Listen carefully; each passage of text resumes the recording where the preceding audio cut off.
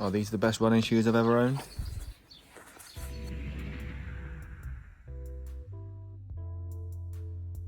Thanks for clicking on the video. This is my first impression of inov8's Trailfly Ultra G300 Max. A face mask freebie. I bought these for the road, for forestry trails and for some technical woodland running, also some mountainous running when we can get back out and do those things properly. I pre-ordered these and was able to get them just before the general release, which I was pretty pleased about.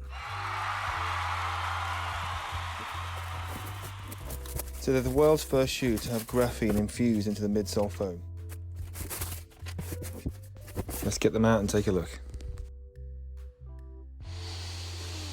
Get a load of that new shoe smell. Reminds me of being a kid back in the local sports shop. First impressions, very similar to previous generations of inov8, like the Terra Ultras. The toe protector at the front is quite shiny compared to previous generations. Fixing points at the back for gaiters. The rest of the upper feels very similar to the Terra Ultras, which were both durable and comfortable. They come in inov8 size 5 for width, which I appreciate.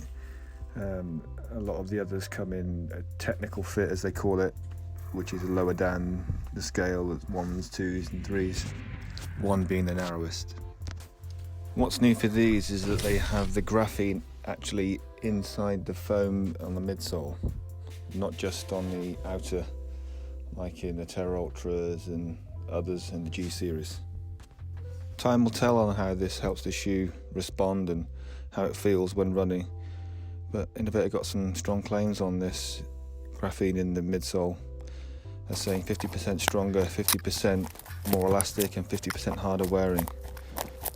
The graphene infused rubber on the outsole of previous versions on the G series has been impressive. It's lasted long, it's retained its grip, so hopefully it can do the same for the midsole.